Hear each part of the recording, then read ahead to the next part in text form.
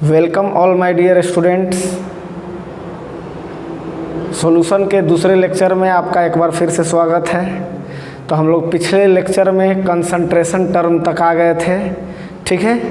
तो उससे जस्ट पीछे थोड़ा सा मैं बताना चाहूँगा कि सॉल्यूशन को दो भाग में क्लासिफाई किए थे, dilute solution and conc solution. Dilute solution में हम आपको बताए थे कि डाइल्यूट सॉल्यूशन की मोलारिटी ऑलवेज 1 से कम होगा, मैक्सिमम 1 तक जा सकता है, ठीक है, नहीं तो हमेशा 1 से कम होगा। पिछले लेक्चर में ये साइन गलत चला गया था, ठीक है, उसे करेक्ट कर लीजिएगा।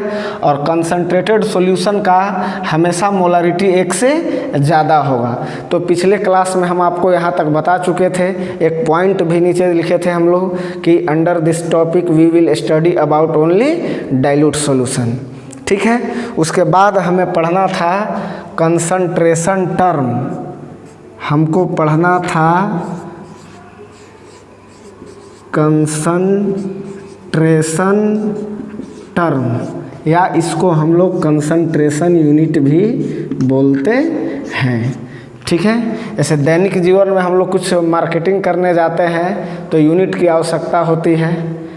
जैसे हम पिछले क्लास में बताए थे कि आप जब भी केला खरीदने जाओगे तो आप डोजन शब्द का इस्तेमाल करोगे, दर्जन शब्द का इस्तेमाल करोगे, ठीक है। और आप आलू खरीदने जाते हो तो केजी का इस्तेमाल करोगे।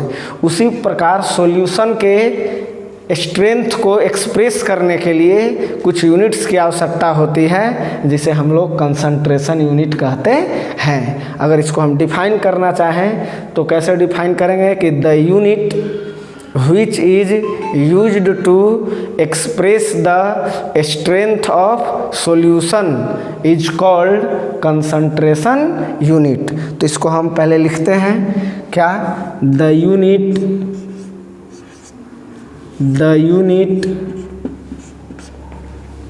which is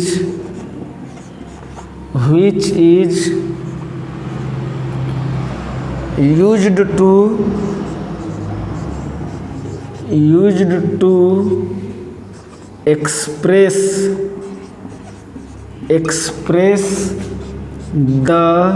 express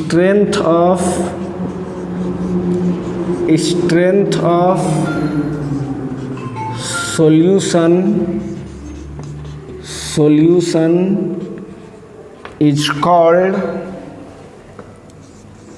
is called concentration term बोले या यूनिट कह सकते हैं इसको। हम लोग इसको कंसंट्रेशन यूनिट बोलेंगे। मतलब क्या है कंसंट्रेशन यूनिट, फिर से एक बार, the unit which is used to express the strength of solution is called concentration unit. मतलब कोई सॉल्यूशन जो है वो डाइल्यूट है तो कितना डाइल्यूट है उसको हम लोग कैसे पता करेंगे, तो with the help of concentration unit, ठीक है, ओके।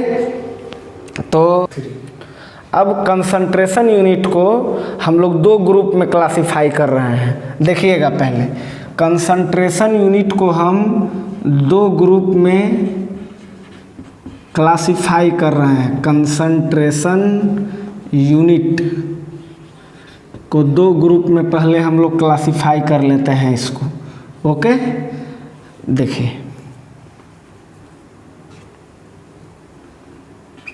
एक ग्रुप ए में रखते हैं, एक ग्रुप ए बना रहे हैं और एक हम लोग ग्रुप बी बना रहे हैं। ग्रुप बी, ठीक है। अब ऐसा क्यों, अभी तुरंत समझ में आएगा। ग्रुप ए में हम लोग वैसे यूनिट को लिख रहे हैं जो वॉल्यूम रिलेटेड हैं, इसका मतलब सर, वॉल्यूम रिलेटेड का मतलब होता है जो टेम्परेचर डिपेंडेंट होते हैं, और इस ग्रुप में हम रखे हैं मास रिलेटेड यूनिट को। मास रिलेटेड दैट मीन्स ये क्या हो जाएगा, टेम्परेचर इंडिपेंडेंट। Temperature independent. ठीक है, कहने का मतलब क्या है कि हम इसको दो ग्रुप में बांटे हैं, एक वॉल्यूम रिलेटेड है, एक मास रिलेटेड है। Group B is better for expressing the concentration of solution. Why, क्यों? तो देखिए क्या होता है, आप जानते हैं कि वॉल्यूम, कोई भी एक सॉल्यूशन बना लीजिए। सिंपली आप चाय ही बना रहे हैं या दूध या चीनी, दूध और चीनी का एक मिक्सचर लिए हैं, उसको वेट कर लीजिए। सपोज कीजिए कि वेट करने पर 1 kg आया, दूध और चीनी दोनों का मिक्सचर का।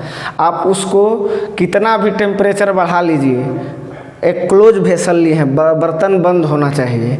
एक क्लोज वेसल लिए हैं, अब उसको हीट कीजिए, खूब हीट किए आप, लेकिन वेसल क्या है, क्लोज है। अब फिर से उसको कुछ देर बाद वेट कीजिए, वो 1 kg का 1 kg ही रहेगा। लेकिन वही अगर हम वॉल्यूम की बात करें तो वही दूध चीनी का मिक्सचर फिर से लीजिए। अब एक सिंपली जब शुरू में गर्म किए थे, आप घर में चाय वगैरह बनाते होंगे तो शुरू में हल्का हीटिंग किए होंगे, तब का वॉल्यूम, और थोड़ा सा और टेम्परेचर बढ़ा दीजिए तो वॉल्यूम उसका क्या हो जाता है, इंक्रीज कर जाता है। इसीलिए ग्रुप बी वाले कंसंट्रेशन यूनिट को बेस्ट माना जाता है एक्सप्रेसिंग के लिए, और ग्रुप ए वाले को इससे मतलब बेस्ट नहीं माना जाता है उसके कंपेयर में। ठीक है, तो अब हमको ग्रुप ए में देखना है कि वे कौन कौन से हैं। मैं एक जगह लिख देता हूं सभी को। जैसे ग्रुप ए में है, सबसे पहले पढ़ेंगे हम लोग percent by volume. Percent by volume पहला कंसंट्रेशन टर्म ग्रुप ए का, जो वॉल्यूम रिलेटेड है। सेकेंड में हम लोग पढ़ेंगे परसेंट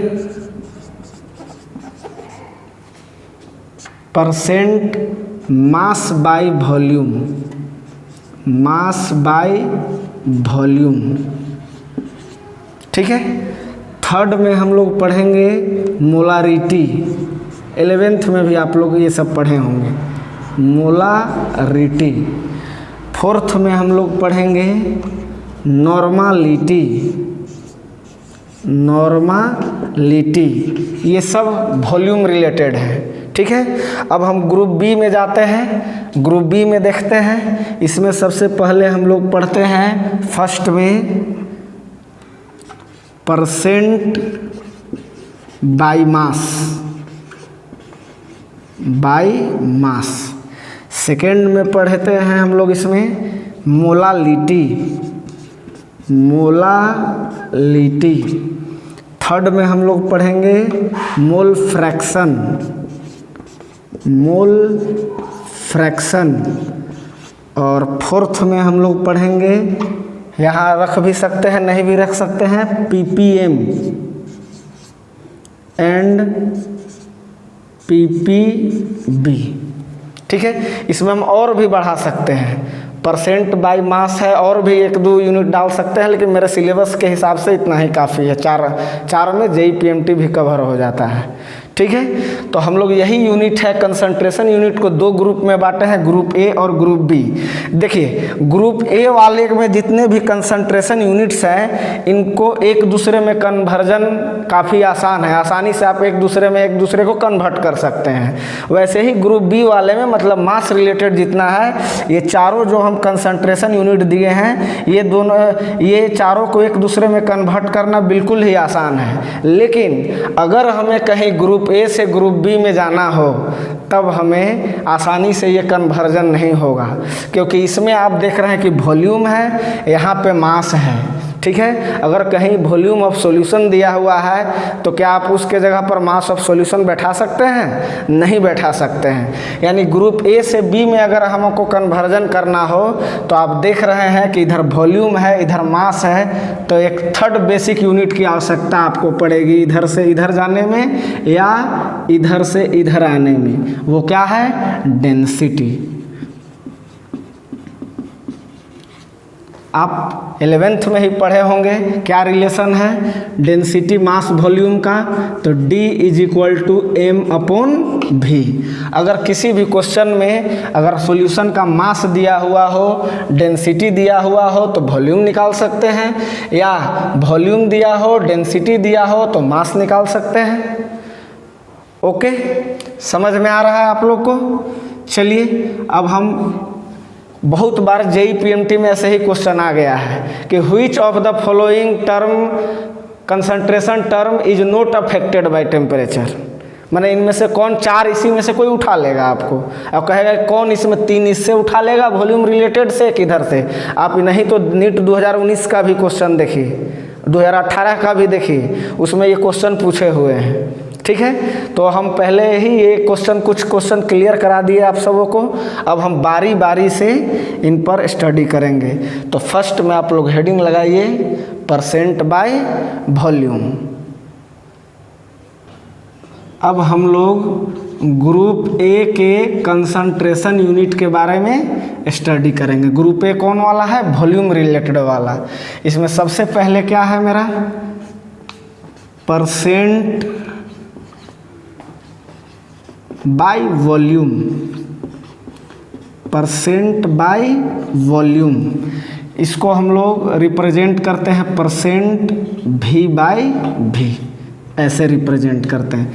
इन जनरल बुक्स में सारे जगह आपको ऐसे ही मिलेंगे, परसेंट भी बाय भी। क्या है? Percent by volume. परसेंट का मतलब क्या होता है? 100 बाय वॉल्यूम। ठीक है, तो परसेंट मतलब 100, यानी ये कह रहा है कि 100 ml सॉल्यूशन में कितना ml सॉल्यूट घुला हुआ है। इसका मतलब ये हुआ परसेंट बाय वॉल्यूम का मतलब क्या कह रहे हैं हम कि volume of solute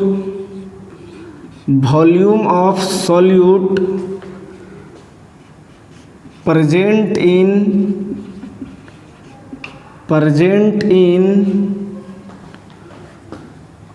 100 ml of solution, 100 ml of solution is called percent by volume, जिसको कैसे हम लिख रहे हैं? परसेंट भी बाय भी, आप ऐसे लिख दीजिए।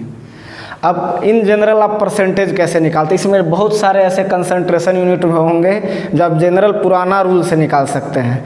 आप मार्क्स 10th पास हुए हैं, मार्क्स में कैसे परसेंटेज निकालते हैं? जैसे मान लो कि आपका 400 मार्क्स आया है, ठीक है, कितना में आया है तो आप उसको नीचे रखते हो 500। अब परसेंट निकालने के लिए क्या करते हो? इंटू 100, और क्या करते हो? 2 0 से 2 0, और क्या हो गया? 80%। ऐसे आप बोल देते हो कि मेरा परसेंटेज निकल गया। सेम परसेंट वाले जितने भी प्रॉब्लम आएंगे, कंसंट्रेशन यूनिट्स आएंगे, सब जगह आपको यही ऐसे ही सोचना है। तो कैसे निकालेंगे? तो परसेंट भी बाय भी इज इक्वल टू क्या होगा? ठीक है, तो हमने क्या कहा कि 100 ml सोल्यूट, याद रखें यहाँ पे यूनिट क्या होना चाहिए? ml में सारा चीज़। तो क्या होगा? 100 ml सॉल्यूशन में कितना ml सोल्यूट घुला हुआ है? तो ऊपर क्या होगा? ऊपर होगा वॉल्यूम ऑफ सॉल्यूट, इसको मैं ऐसे लिख देता हूँ। ओके, नीचे क्या होगा? Volume of solution. और परसेंटेज निकालने के लिए क्या करते हैं आप? इंटू 100, यही हो गया। ऐसे हम लोग परसेंट भी बाय भी निकाल लेंगे। और आप प्रॉब्लम में देखिएगा कि सॉल्यूशन का वॉल्यूम डायरेक्ट ना देके सॉल्यूट और सॉल्वेंट का देता है। तो क्या सॉल्यूट और सॉल्वेंट का वॉल्यूम दिया हो तो वॉल्यूम ऑफ सॉल्यूशन नहीं निकाल सकते हैं? बिल्कुल निकाल लेंगे। कैसे निकाल लेंगे? तो volume of solution is equal to क्या करेंगे? Volume of solute plus volume of solvent. इस तरह से हम लोग सॉल्यूशन का वॉल्यूम भी कैलकुलेट कर लेंगे। ठीक है, लेकिन अब जो इम्पोर्टेंट बात इसमें आना है वो ये होता है कि क्वेश्चन में ये इसी टर्म में न्यूमेरिकल प्रॉब्लम में दिया हुआ रहता है और वहाँ से डेटा हमको निकालना पड़ता है। जैसे हम कहीं क्वेश्चन में आपको इस प्रकार से दे दिया है 10% भी बाई भी, इसका मतलब क्या हुआ? 10% V/V दिया हुआ है, इसका मतलब ये हुआ कि 10 ml of solute dissolve in 100 ml of solution. ऊपर क्या रखते हैं हमेशा? सॉल्यूट को, नीचे क्या रखते हैं? सॉल्यूशन। तो आप यहाँ से समझना चाहें तो समझ सकते हैं, V/V का मतलब समझिए। ऊपर क्या है? सॉल्यूट है, नीचे क्या है? सॉल्यूशन है, और दोनों का वॉल्यूम है, यानी दोनों को हम ml में यूज करेंगे। यानी ये 10 जो है इस V को इम्प्लाइज कर रहा है, ये % इस V को, यानी ऊपर सॉल्यूट होता है, यानी ये दे रहा है कि volume of solute is equal to 10 ml, और इस भी नीचे क्या लेते हैं हम? सॉल्यूशन, यानी % मतलब ये कह रहा है वॉल्यूम ऑफ सॉल्यूशन जो है वो कितना? 100 ml। एक और बात समझ देख लेते हैं एक बार। कहीं ऐसे लिखा हुआ है रफली, आप देखिए कि 15% V/V है। सोचिए 15% V/V का मतलब क्या हुआ कि 15 ml सॉल्यूट है, किसमें? कितना में? 100%, मतलब 100 ml ऑफ सॉल्यूशन में। आया समझ में? एक और देख लेते हैं, जैसे लिखा हुआ है कहीं 30% V/V। अब तो आप समझ सकते हैं 30 ये सॉल्यूट के लिए, यानी 30 ml of solute 100 ml of solution में प्रेजेंट है। समझ में आया आप सबों को? ठीक है। नेक्स्ट सेकंड है % मास बाय वॉल्यूम। कैसे रिप्रेजेंट इसको करेंगे? % मास बोल रहा है तो यहाँ पर मास को हम लोग कहाँ से रिप्रेजेंट करते हैं? W से, बाय वॉल्यूम तो यहाँ V। फिर से जैसे उसका डेफिनेशन दिए थे वहाँ % V/V था, तो हम बोले थे कि 100 ml सॉल्यूशन में कितना ml सॉल्यूट घुला हुआ है, तो यहाँ पे क्या बोलेंगे कि 100 ml सॉल्यूशन में क्या, कितना ग्राम सॉल्यूट घुला हुआ है, क्योंकि मास को हम लोग ग्राम में एक्सप्रेस करते हैं, उसका यूनिट ग्राम हुआ। ठीक है, तो कैसे डिफाइन करेंगे? एक बार मैं बोल देता हूँ, mass of solute present in 100 ml of solution is called % mass by volume. तो एक बार लिख देता हूँ मैं इसको, mass of solute, mass of solute present in 100 ml, नीचे वॉल्यूम है इसीलिए ml लेंगे, ऊपर मास था इसीलिए देखिए हम मास लिए हैं। 100 ml of solution, 100 ml of solution is called कैसे डिनोट किए? % मास बाय वॉल्यूम। अब इसका हम लोग फॉर्मूला लिखते हैं, क्या होगा फॉर्मूला? उसी के जैसा, % W/V, वहाँ % V/V था, ऊपर भी V था तो ऊपर वॉल्यूम लिए थे, अब ऊपर W है यानी ऊपर मास लेंगे, किसका? सॉल्यूट का। तो W सॉल्यूट मतलब मास ऑफ सॉल्यूट बटा नीचे क्या हो जाएगा? वॉल्यूम है तो वॉल्यूम ऑफ सॉल्यूशन इंटू 100। अब % की बात जहाँ भी है वहाँ पे हम लोग 100 से मल्टीप्लाई कर देंगे। अब वंस अगेन अगर यहाँ फिर से आप लिखना चाहते हैं तो हमको वॉल्यूम ऑफ सॉल्यूशन निकालना है, तो क्या करेंगे हम? वॉल्यूम ऑफ सॉल्यूट को और वॉल्यूम ऑफ सॉल्वेंट को ऐड कर देंगे।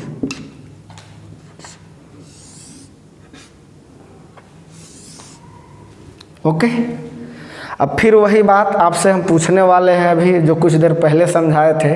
अगर कहीं क्वेश्चन में फिर से, अगर कहीं आप क्वेश्चन में लिख दिया हो 15% W/V, इसका मतलब क्या समझिएगा, ठीक है। तो आप, हमें लगता है कि आप समझ गए होंगे। ऊपर क्या है, W है यानी मास है। किसका मास है, सॉल्यूट का मास है। कितना है, तो ये है 15। यानी अब हम क्या लिखेंगे, मास ऑफ सॉल्यूट, ना कि वॉल्यूम बोल देंगे। यहाँ से देखिए, मास ऑफ सॉल्यूट कितना है, 15, उसका यूनिट ग्राम हो गया। और नीचे फिर से वॉल्यूम ही है, तो फिर से यहाँ क्या हो जाएगा, मास ऑफ सॉल्यूशन कितना हो जाएगा, 100 ग्राम ना, नहीं वॉल्यूम है तो हमेशा ml। यानी इसका मतलब ये हुआ, इसका मतलब ये हुआ कि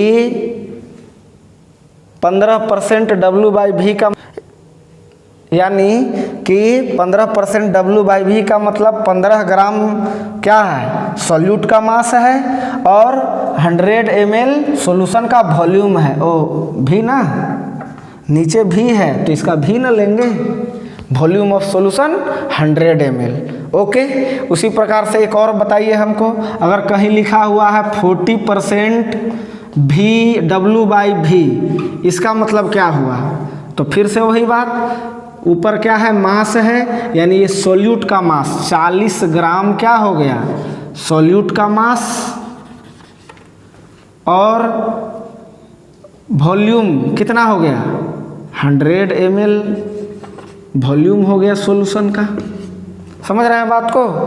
उसी प्रकार कहीं लिखा हुआ है 30% W/V, बोलिए यहाँ पर क्या हो गया, फिर से 30 ग्राम क्या हो जाएगा, सॉल्यूट का मास, और 100 ml सॉल्यूशन का वॉल्यूम। अब ये बात आप क्लियर हो चुके होंगे। कहीं भी इस तरह का क्वेश्चन कोई आए, अगर V/W कर दे तो ऊपर वॉल्यूम नीचे मास, ठीक है। तो हम लोग इस तरह से इसको कैलकुलेट करेंगे। तो सेकेंड टॉपिक भी खत्म हो गया, second concentration unit percent mass by volume. अब थर्ड देखेंगे हम लोग, मोलारिटी। थर्ड है मोलारिटी। आप जितने भी अभी तक कंसंट्रेशन टर्म पढ़े हैं या आगे पढ़ेंगे, उनमें सबसे इम्पोर्टेंट यही है, मोलारिटी। अब मोलारिटी एकदम आसान सा टॉपिक है, लेकिन ये टॉपिक आसान तब है जब आप मोल के बारे में जानते हैं। आपको हम 11th में मोल बताए हैं कि मोल क्या है, लेकिन हम चाहते हैं कि थोड़ा सा आप मोल यहाँ पर हम निकालने एक बार सिखा दें, क्योंकि इसमें मोल का भरपूर यूज है। इसी में नहीं, आगे बहुत सारे कंसंट्रेशन टर्म आएंगे जिसमें मोल का इस्तेमाल होगा। तो आप लोग थोड़ा रफ में इसको ऐड कीजिएगा आप लोग, ठीक है। अभी मोलारिटी नहीं बता रहा, पहले हम मोल कैलकुलेट करने बता देते हैं, क्योंकि इसमें मोल का यूज है। तो मोल का फार्मूला होता है छोटे, N = W/M। यही मोल का, ऐसे हम आपको मोल 2-3 तरीका से निकालने सिखाए हैं। मोल कंसेप्ट का कॉपी देख लीजिएगा। और एक बात बताते चले, आप एटॉमिक नंबर और एटॉमिक मास का कॉपी कल देख के आइएगा, ठीक है, नेक्स्ट क्लास में। तो क्या है ये, N = W/M, हम 11th में पढ़े हैं। W क्या है, तो मास इन ग्राम, मास इन ग्राम। M क्या है, तो अगर मॉलिक्यूल है तो मोलर मास, एटम है तो एटॉमिक मास बताए हुए हैं हम 11th में, या सिंपली आप फार्मूला मास कह दीजिए इसको, ठीक है। और N जानते हैं, N किसका सिंबल है, मोल का, यही मोल है, ठीक है। हम 11th में बहुत अच्छा से इसको डील कर चुके हैं, फिर भी अभी आए हैं 12 में आप लोग, तो थोड़ा सा देख लीजिए इसका यूज है। जैसे हम क्वेश्चन के 4-5 क्वेश्चन के टर्म में इसको बता रहे हैं, ठीक है। क्या है, नंबर ऑफ मोल कैसे कैलकुलेट किया जाता है। जैसे लिख रहे हैं हम, calculate number of moles of the following, calculate the number of moles of the followings. ठीक है, जैसे एक देखते हैं हम फर्स्ट, जैसे हम ले लिए आपको 46 ग्राम ऑफ सोडियम, एक ये दे रहा हूँ मैं। सेकेंड हम आपको दे रहे हैं 27 ग्राम ऑफ एल्यूमिनियम। ठीक है, एक और दे रहे हैं हम थर्ड में आपको 45 ग्राम ऑफ ग्लूकोज C6H12O6। ठीक है, एक और मैं दे रहा हूँ आपको फोर्थ में 31.5 ग्राम ऑफ HNO, इसको मैं ऊपर लिखता हूँ, फोर्थ यहाँ पे मैं लिख रहा हूँ 31.5 ग्राम ऑफ HNO3। ठीक है, एक और लिखना चाहते हैं तो लिख लीजिए 45 ग्राम ऑफ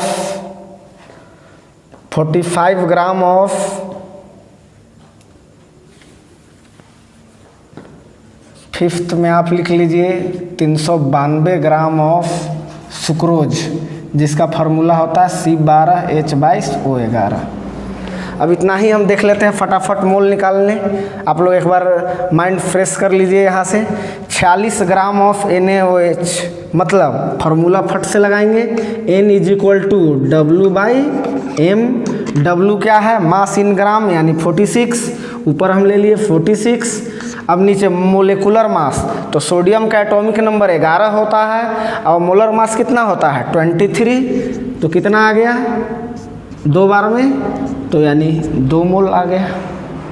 अब आइए 27 ग्राम ऑफ अल्युमिनियम, यहाँ भी लगाते हैं फार्मूला N = बोलिए W/M। W कितना है 27।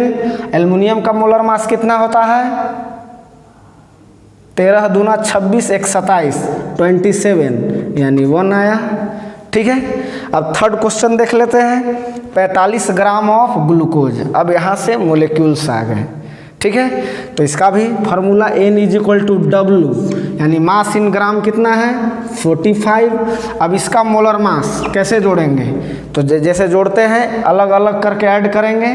कार्बन का कितना होता है तो 12, कितना है तो 6, तो 6 से गुना कर देंगे, प्लस हाइड्रोजन का मोलर मास कितना होता है 1, कितना है 12, प्लस ऑक्सीजन का कितना होता है, ऑक्सीजन का 16 गुने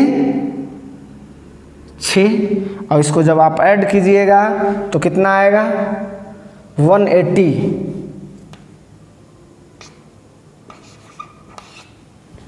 ठीक है, अब इसको काट दीजिए। कैसे कटेगा, 5 से काटिए एक बार।